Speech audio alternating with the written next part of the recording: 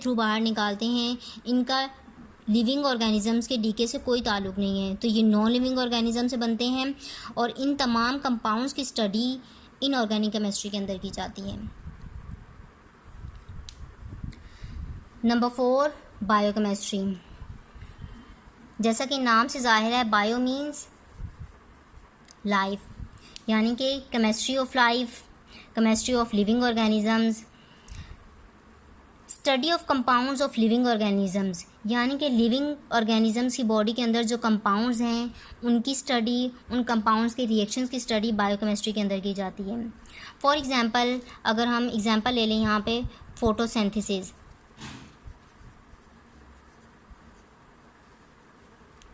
Photosynthesis एक process है जो प्लांट में पाया जाता है और प्लांट इस फोटोसिंथेसिस प्रोसेस की मदद से अपनी फूड प्रिपेयर करते हैं।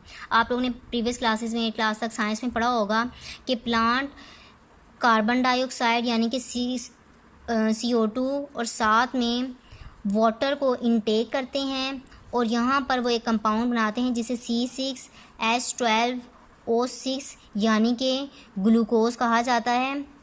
ये प्लांट की फूड होती है और साथ में ये ऑक्सीजन बनाते हैं जो कि हम इंसानों के काम आती है।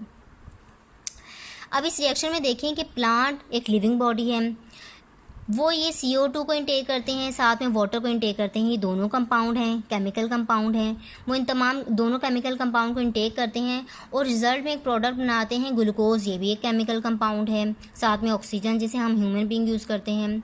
तो प्लांट की बॉडी के अंदर ये जो केमिकल कंपाउंड गए हैं, इन केमिकल कंपाउंड की स्टडी, अब ये केमिकल कंपाउंड ने जिस तरह से आपस में रिएक्शन किया है और प्रोडक्ट ग्लूकोज बनाई है, इन रिएक्शंस की स्टडी, इन तमाम चीज़ों की स्टडी बायोकेमिस्ट्री के अंदर की जाती है। इसी तरह अगर हम ह्यूमन बॉडी की बात करते हैं तो जैसे डाइजेस्टिव सिस्टम ले लें। हम इंसान फूड क्यों खाते हैं? क्योंकि हमें उससे एनर्जी मिलती है। अब ऐसा क्या होता है कि हम एक फ़ूड इनटेक करते हैं और वो फूड जब हमारी बॉडी के अंदर जाती है तो हमें वो एनर्जी प्रोवाइड करती है। इन तमाम चीज़ों की स्टडी जो हमारी लिविंग बॉडी के अंदर हो रही होती है उनको हम बायोकेमिस्ट्री के अंदर स्टडी करते हैं। उसके बाद सेकेंड हमारे पास नंबर 5 पे हैं industrial chemistry. Industrial chemistry study of chemical processes involve in the manufacturing of synthetic products. Industrial chemistry name से भी मेंशन है यहाँ पे कि यहाँ पे कुछ इंडस्ट्री की बात होगी, इंडस्ट्री की केमिस्ट्री हम पढ़ेंगे। इंडस्ट्रीज़ के अंदर जितने भी केमिकल कंपाउंड्स बनते हैं वो केमिकल कंपाउंड जिन जिन प्रोसेसेस से गुजर के बनते हैं उन प्रोसेसेस की स्टडी इंडस्ट्रियल केमिस्ट्री के अंदर डिस्कस की जाती है। फॉर एग्जांपल हम यहाँ पे एग्जांपल ले लेते हैं soap, paper industry, soap industry, cement industry, ये वो बहुत सारी इंडस्ट्रीज़ हैं। इनमें से मैंने ये कुछ मेंशन किए हैं।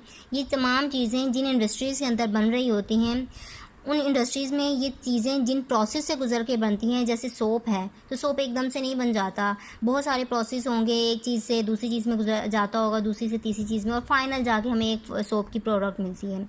तो वो तमाम प्रोसेस जिनसे गुजर कर ये एक सोप बना है, उन तमाम प्रोसेस की स्टडी इंडस्ट्रियल केमिस्ट्री के अंदर की जाती है। अब उसके बाद नंबर 6 पर हम एनालिटिकल केमिस्ट्री को स्टडी करेंगे। Analytical chemistry study of methods to determine the kind, quality and quantity of various components in a given substance.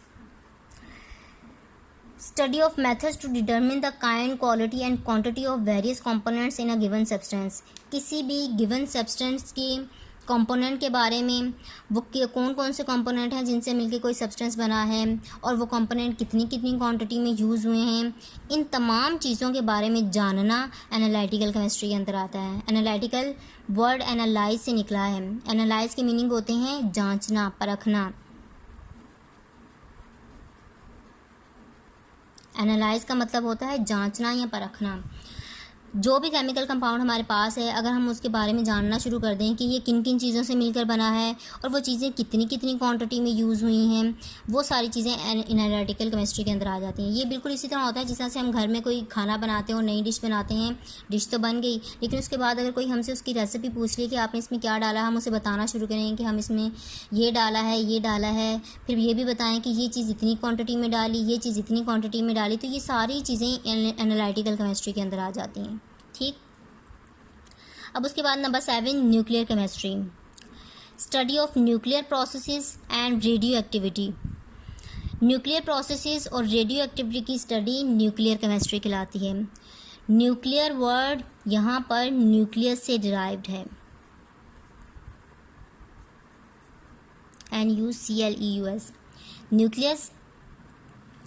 Nucleus आप लोगों ने 8th क्लास तक साइंस में पढ़ा होगा एटम के बारे में, कि एटम का एक सेंटर पार्ट होता है जिसे न्यूक्लियस कहते हैं, और उस सेंटर पार्ट में न्यूट्रॉन और साथ में प्रोटॉन पाए जाते हैं, और इसके बाहर कुछ ऑर्बिट और शेल्स होते हैं जिसमें इलेक्ट्रॉन पाए जाते हैं। तो एटम का ये जो सेंटर पार्ट होता है जिसे न्यूक्लियस कहते हैं, समटाइम्स ऐसा होता है कि इस न्यूक्लियस के अंदर से कुछ रेडिएशंस इमिट होती हैं। हमारी नेचर्स में बहुत सारे ऐसे एलिमेंट होते हैं जो हाईली अनस्टेबल होते हैं, और उन एटम को स्टेबल होने के लिए अपने न्यूक्लियस में से रेडिएशंस इमिट करनी होती हैं, और उनके न्यूक्लियस में से वो रेडिएशंस खुद ब खुद इमिट होती हैं, यानी कि खुद ब खुद खारिज होती रहती हैं। तो जिन एटम के न्यूक्लियस में से वो रेडिएशन इमिट होती रहती हैं उन्हें रेडियो एक्टिव एलिमेंट कहते हैं। और ये प्रोसेस, जिस प्रोसेस में न्यूक्लियस में से रेडिएशंस खुद ब खुद इमिट होती रहती हैं, वो रेडियो एक्टिविटी कहलाता है। ये रेडियो एक्टिविटी और इस न्यूक्लियस के अंदर होने वाली जो भी प्रोसेसेस होते हैं उन तमाम प्रोसेसेस को न्यूक्लियर प्रोसेसेस कहते हैं। न्यूक्लियस के अंदर होने वाले प्रोसेसेस न्यूक्लियर प्रोसेसेस कहलाते हैं, जिसमें ज़्यादातर इसमें से रेडिएशंस इमिट होती हैं, और ये प्रोसेस जिसमें ये रेडिएशन इमिट हो रही हैं वो रेडियो एक्टिविटी कहलाता है।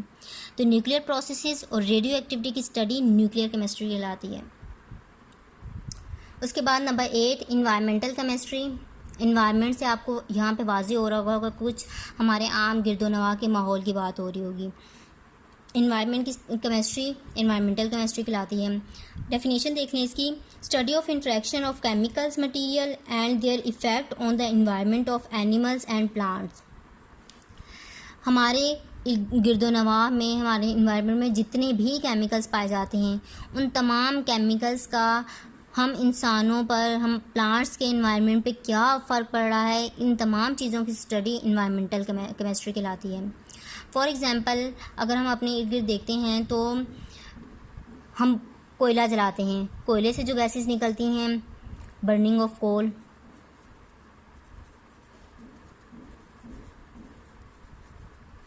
उसके अलावा हमारी इंडस्ट्रीज़ हैं, इंडस्ट्रीज़ में से बहुत सारी इंडस्ट्रीज़ हैं जिनमें से बहुत ज़्यादा मिक़दार में धुआं वगैरह निकल रहा होता है। हमारे घरों में एसी, रेफ्रिजरेटर वगैरह यूज़ हो रहे होते हैं, इनमें से भी कुछ चीज़ें, कुछ ऐसे कंपाउंड निकल रहे होते हैं, आप लोगों ने इससे पहले भी नाम सुना होगा क्लोरोफ्लोरोकार्बन्स का।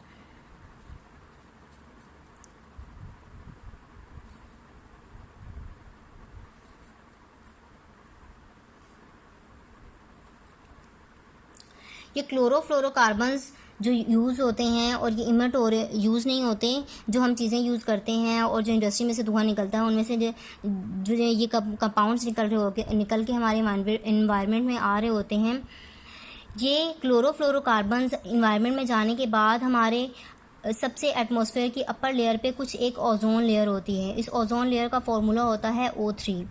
ये क्लोरोफ्लोरोकार्बन इस ओजोन लेयर के अंदर जाकर इसमें से कुछ सुराख कर देते हैं। अब हमारे सन में से जो लाइट आती है वो इस ओजोन लेयर में से गुजर कर आती है। असल में ये ओजोन लेयर उस सनलाइट में से जो भी हार्मफुल रेज़ होती हैं उनको यहीं पर एब्जॉर्ब कर लेती है और हमारी अर्थ पर वो रेज़ आती हैं जो कि हमारे लिए बेनिफिशियल होती हैं। लेकिन क्लोरोफ्लोरोकार्बन्स असल में इस ओजोन लेयर के अंदर जो सुराख कर देते हैं, इस सुराख में से वो सनलाइट जो हार्मफुल होती हैं वो गुजर कर ज़मीन तक आती हैं जो कि हमारे लिए हार्मफुल होती हैं। और इसका असर देखें तो ये हमारे इंडस्ट्रीज़ के अंदर और जितने भी हमारी गाड़ियों वगैरह का धुआं निकल रहा होता है, इसके अंदर से जो ये क्लोरोफ्लोरोकार्बन्स निकलते हैं जाके ओजोन लेयर को डिप्लेट करते हैं और उसकी वजह से सनलाइट की जो हार्मफुल रेज़ है वो डायरेक्ट हम तक आ रही हैं तो हमें भी इफ़ेक्ट कर रही हैं। ये इन्वायरमेंटल केमिस्ट्री इन तमाम चीज़ों को स्टडी करती हैं जिसमें कोई भी हमारे इर्द गिर्द के इन्वायरमेंट में चीज़ें होने वाली हम इंसानों को या प्लांट को इफ़ेक्ट करती हैं, इनकी स्टडी इन्वायरमेंटल केमिस्ट्री कहलाती है। उसके बाद number 9 polymeric chemistry. Poly means many, meric means unit, यानी कि बहुत सारे यूनिट मिलकर कंपाउंड बनाते हैं, उनकी स्टडी पॉलीमेरिक केमिस्ट्री कहलाती है। डेफिनेशन यहाँ पर देख लें, study of polymerization and the products obtain through polymerization process is called polymeric chemistry. यानी कि पॉलीमराइजेशन से जो प्रोडक्ट्स मिलती हैं पॉलीमराइजेशन प्रोसेस की मदद से, उनकी स्टडी पॉलीमेरिक केमिस्ट्री कहलाती है। असल में बहुत सारे छोटे छोटे जो यूनिट्स होते हैं उन्हें हम कहते हैं मोनोमर।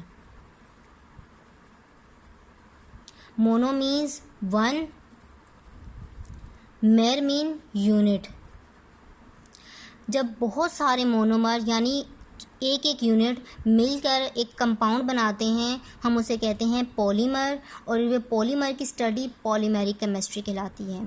यहाँ पर आपकी ब्रांचेस कंप्लीट हो गई और अब आपका होम असाइनमेंट है। होम असाइनमेंट में आपने एक ही क्वेश्चन करना है, describe the branches of chemistry. In branches of chemistry को आप इस लेक्चर को रोककर इसमें जो डेफिनेशन लिखी हुई है वो भी लिख सकते हैं, और ये आपकी बुक में भी मेंशन है, आप डायरेक्टली अपनी बुक में से भी लिख सकते हैं। तो ये आपका होम असाइनमेंट है। Thank you.